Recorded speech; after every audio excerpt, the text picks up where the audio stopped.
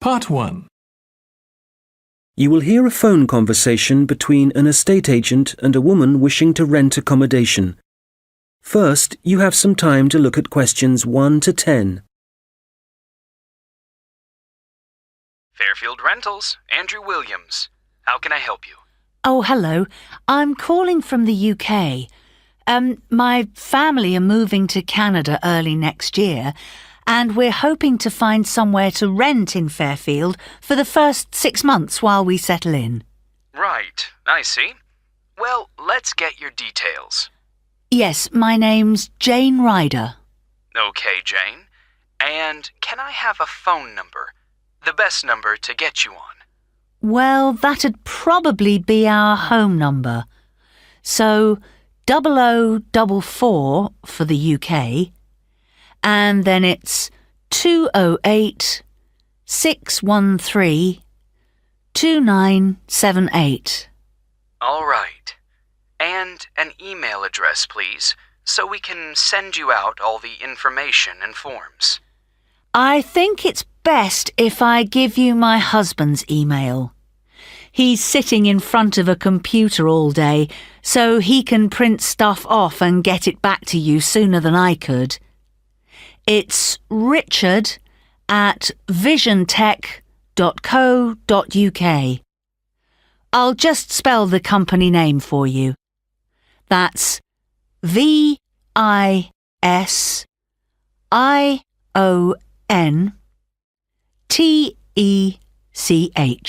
Great. And we have a question here about occupation. Richard's an IT specialist for an advertising company. They're transferring him to their Fairfield branch. Actually, just your job for now, thanks. Me? I'm a doctor at the hospital in our town. Okay, I'll put that down. Now, what kind of accommodation are you looking for? House? Apartment? An apartment, probably, as long as it has 2 bedrooms. There'll be me, my husband, and our 10-year-old son. And so with an apartment, you're less likely to get a garden. That's okay. But what about a garage? Is that something you'll want the apartment to have? Yes, that's definitely important. Okay, just a moment. I'll just make a note of that. But, before we go on, I should probably say now that what we don't need is any furniture, because we'll be shipping all that over, and I don't really want to pay for storage while we're waiting to buy a house. Not a problem. I'll make a note of that. Actually, though, just thinking about the kitchen, what can I expect from a rental property? I mean, what kind of equipment is provided? Well, the normal thing is that you get a stove. I think that's a cooker in British English. OK, good to know. But how about a fridge? We'll be selling ours before we come, so if possible, we'd like the apartment to have one for when we arrive. I can certainly add that to the form. If there's any other whiteware that you need, like a dishwasher, for example, there are plenty of stores here that'll arrange delivery on the same day as purchase. Thanks. Hopefully we won't need to buy too many things. Now, how about location? Have you done any research into the Fairfield area? Not that much so far. Well, you mentioned you have a boy. I imagine you'd like to be fairly close to a school. Good idea. That would help. What's public transport like in Fairfield? Is it easy to get around? The bus service is pretty comprehensive. There are plenty of local routes, services into the city and out of town. OK, and for a 2-bedroom apartment, what sort of rent should we expect to pay? Well, looking at the properties we have at the moment, prices start from around $730 per month and, depending on the area, can go up to $1,200. That's too much. Something halfway would be better. So, Would your limit be, say, $950? I'd say so, yes. Can I ask if you smoke or if you have any pets? No to both questions. But I do have one more request, please. Yes? Well, I've also been offered a job at Victoria General Hospital, and I suspect I'll be working nights occasionally. So what I really need from any apartment is for it to be quiet, so I can catch up on sleep if necessary during the day. Congratulations on the job offer. I'll add your request to the form. Well, what I'll do is compile a list of suitable properties for you and send them via email. Can I just ask, how did you hear about us? Obviously not from our commercials if you're living in the UK. Actually, it was a friend of ours. He spent a few months in Fairfield a couple of years ago, and he pointed us in the direction of your website. Well, it's good to be recommended. So, what I'll do is... That is the end of part 1. You now have 1 minute to check your answers to part 1. Part 2. You will hear a police officer giving advice on protection against local crime. First, you have some time to look at questions 11 to 15.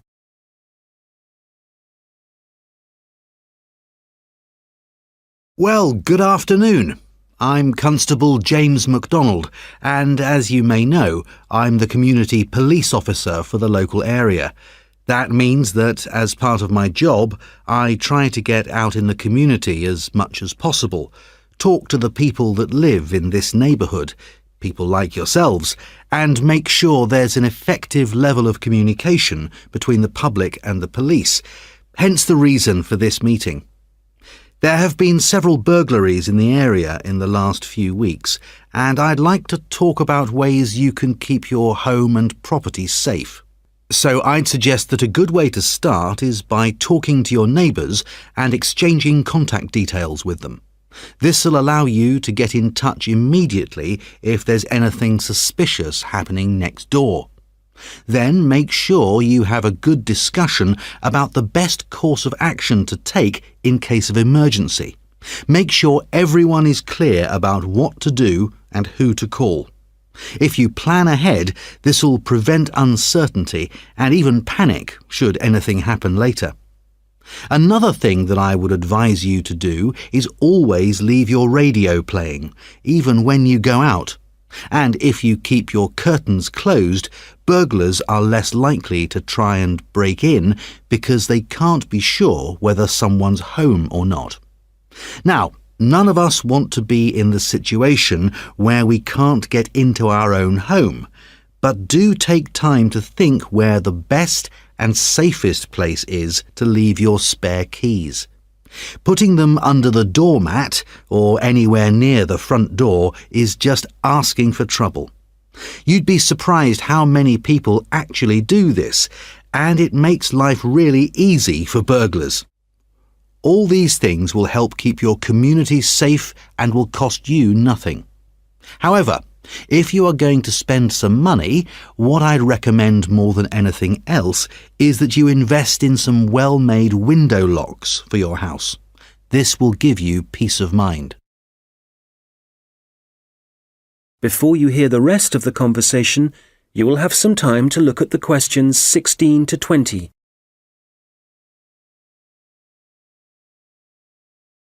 Now listen and answer questions 16 to 20. OK, moving on. Unfortunately, there's been an increase in the number of minor crimes and antisocial behaviour in the general area, and I want to talk about some specific prevention measures that are being proposed. First of all, the skate park. As you probably know, it's well used by younger people in our community, but unfortunately we're getting more and more reports of broken glass, making it especially dangerous for younger children. One possible solution here is to get rid of some of the trees and bushes around the park, making it more visible to passers-by and vehicles. If the vandals know they're being watched, this might act as a deterrent. As you will have heard, a couple of local primary schools have also been vandalised recently, despite the presence of security guards. The schools don't have the funds for video surveillance, so we need people in the neighbourhood to call their nearest police station and report any suspicious activity immediately. Please don't hesitate to do this. I expect most of you are familiar with the problems facing Abbotsford Street. It seems that no amount of warning signs or speed cameras will slow speeding drivers down. I'm happy to say, however, that the council have agreed to begin work over the next few months to put in a new roundabout. What else? Oh yes, the newsagent and the gift shop on Victoria Street were both broken into last week, and although no money was taken, the properties have suffered some serious damage. Access was gained to these shops through the small alleyway at the back of the properties. It's dark, and as you can imagine, no one saw the thief or thieves in action. So we've been advising shop owners along there about what kind of video recording equipment they can have put in. We'll then be able to get evidence of any criminal activity on film. The supermarket car park is also on our list of problem areas. We've talked to the supermarket managers and council authorities, and we've advised them to get graffiti cleaned off immediately and get the smashed lights replaced. If you don't deal with this sort of thing at once, there's a strong possibility that the activity will increase and spread, and then it becomes... That is the end of part 2. You now have 30 seconds to check your answers to part 2. Part 3. You will hear two students discussing a presentation they are going to give. First, you have some time to look at questions 21 to 25.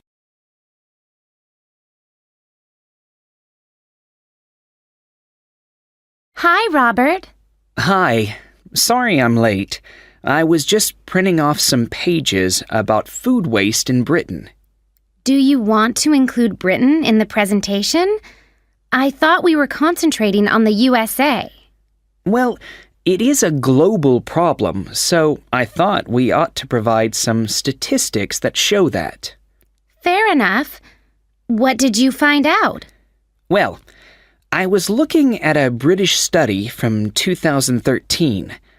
It basically concluded that 12 billion pounds worth of food and drink was thrown away each year, all of it ending up in landfill sites. Over 8 million tons. And that wasn't including packaging. An incredible amount.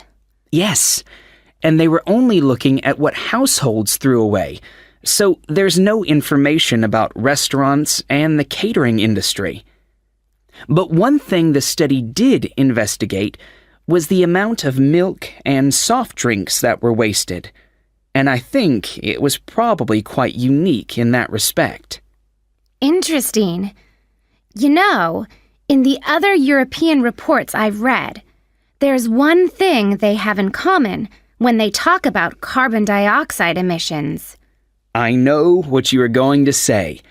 They never refer to the fuel that farms and factories require to produce the food, and the carbon dioxide that releases? Exactly. We could really cut down on carbon emissions if less food was supplied in the first place. To my mind, the reports talk too much about the carbon dioxide produced by the trucks that deliver the fresh goods to the shops and take the waste away. They forget about one of the key causes of carbon dioxide. Absolutely. If the reports are actually going to be useful to people, they need to be more comprehensive. Who do you mean by people? Well, the government, industries, people making television programs. Have you seen any documentaries about food waste? Not that I remember. My point exactly. These days, they all seem to be focusing on where your meat, fruit, and vegetables are sourced from. We're being encouraged to buy locally, not from overseas. That's probably a good thing, but I'd still like to see something about waste. Yes, it's the same with magazine articles. It's all about fat and sugar content, and the kind of additives and coloring in food, but nothing about how it reaches your table and what happens after it ends up in the bin. Well, we've only got 15 minutes for this presentation, so I think we'll have to limit what we say about the consequences of food waste. What do we want to concentrate on? Well, I know some of the other presentations are looking at food and farming methods and what they do to the environment. So I think we'll avoid that. And the fact that in some countries, people can't afford the food grown on their own farms. That was covered last term. Okay, we don't want to repeat stuff. What concerns me above all else is that in a recession, governments should be encouraging business to find ways to cut costs. Apparently, supermarkets in the USA lose about 11% of their fruit to waste. That's throwing money away. All right, we'll focus on that problem. It should get the others' attention anyway. Now, how do you want to begin the presentation? Let's not start with statistics, though, because that's what everybody does. I agree. How about we give the other students a set of questions to answer about what they suspect they waste every day? I'm fine with that. Probably a better option than showing pictures of landfill sites. It'll be more personalized that way. All right. Now let's start.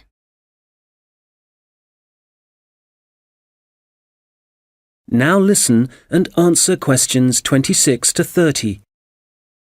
Okay, shall we now have a look at the projects that different researchers and organizations are working on? For me, the project I really liked was the one at Tufts University.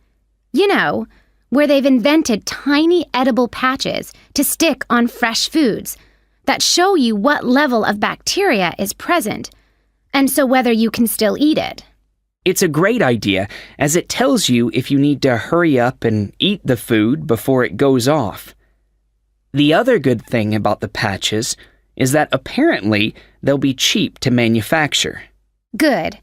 Then the other thing I thought was great was the Massachusetts Institute of Technology project. I hadn't seen that. Well, they've developed these sensors that can detect tiny amounts of ethylene. Ethylene is the natural plant hormone in fruit that makes them turn ripe, apparently. The researchers think that they can attach the sensors to cardboard boxes, and then supermarkets can scan the sensors with a portable device to see how ripe the fruit inside is. That's got to be a quicker way to check for ripeness than taking each box off the shelf and opening it. Definitely. And I thought that Lean Path was worth mentioning too. Their waste tracking technology means that caterers can see how much food is being wasted and why. That'll increase profits for them eventually. Yes. And did you read about 0%? They've produced this smartphone application that allows restaurants to send donation alerts to food charities. The charities can then pick up the unwanted food and distribute it to people in need. In the long run, that'll definitely benefit poorer families in the neighborhood. No kid should go to school hungry. I agree. And I read that quite a few local governments in the USA are thinking about introducing compulsory composting in their states, so you can't put any food waste into your rubbish bins just the compost bin. Well, I guess that means a bit more work for people. I mean, they have to separate the organic and inorganic waste themselves before they take it out to the compost bin, and you know how lazy some people are. But I guess if we all start composting, we'd be doing something positive about the problem of food waste ourselves, rather than relying on the government to sort it out. Having said that, not everyone has a garden. That is the end of Part 3. You now have 30 seconds to check your answers to Part 3. Part 4. You will hear a lecture about Maori kite making. First, you have some time to look at questions 31 to 40. Now listen carefully and answer questions 31 to 40. Well, good morning, everyone. As you know, we've been looking at different kinds of art and craft that were practiced by the Maori people of New Zealand, at least before the Europeans began to arrive in the 18th century. So, the focus of this lecture is kite making, how the kites were made, their appearance, and the purposes they served. Well, let's start with the way they were made. As with other Maori artistic traditions, kite making involved certain rituals. So, firstly, only priests were allowed to fly and handle the largest, most sacred kites. There were rules too, for the size and scale of the kites that the priests had to follow, and during the preparation of both small and large kites, food was strictly forbidden. In terms of appearance, kites were frequently designed in the image of a native bird, or a Maori god, and sometimes, perhaps less often, a well-known hero. You can imagine that when Maori first arrived in the new country, in New Zealand, it may have taken some time to find suitable materials for their kites. But, through trial and error no doubt, they found plants and trees that provided bark and even roots that they could use to make the frames and wings of their kites. And after the frame had been constructed, the kite then had to be decorated. For this, the priests used long grasses, and these, when the kite was in the air, would stream along behind it. They also used a variety of feathers to add colour to their creations. Well, all this meant it was easy to see a kite in the sky, but you could also hear Maori kites. They could be quite noisy indeed, and this was because some priests liked to hang a long row of shells from the kite. You can imagine how they'd rattle and clatter in the wind, how they might completely capture your attention. As I said before, the most common image was probably a bird, and that's the same for other kite-making cultures. But the kites were designed in particular shapes. So, there were kites that were triangular, rectangular, and also shaped like a diamond. And some of them were so large it would actually require several men to operate them. Some of the kites were also covered in patterns, and to make these patterns, the Maori used different pigments of red and black, and these were either made from a charcoal base or from red-brown clay which had been combined with oil obtained from a local species of shark. Now, before I forget, if you have a chance, do visit the Auckland Museum, because they have the last surviving Birdman kite on display. This is the kind of kite that has a wooden mask at the top of the frame. It's a mask of a human head, and you can clearly see it has a tattoo and also a set of teeth. Quite impressive, and a good example of Maori craftsmanship and symbolism. Right, turning to the purpose and function of the kites. They certainly had multiple uses. Primarily, the flying of kites was a way of communicating with the gods, and when the kites rose into the air, the Maori used them to deliver messages, perhaps requesting a good harvest, good fortune in war, a successful hunting expedition. So these kites were incredibly valuable to a community, treasured objects that one generation would pass to the next. People would also fly kites for other reasons. For example, to attract the attention of a neighbouring village. This was done when a meeting was required between Maori elders, a convenient method indeed. And finally, when it comes to war, there are traditional stories that describe how when a Maori warrior found himself surrounded by his enemies, a kite could actually provide the possibility of escape. The kites were powerful enough to take a man up into the air, and for this reason, they could also be used to lower him into enemy fortifications so that an attack could begin from the inside. Well, I'm happy to say there seems to be a revival and growing interest in kite making, and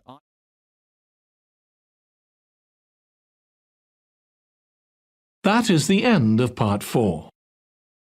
You now have 1 minute to check your answers to Part 4.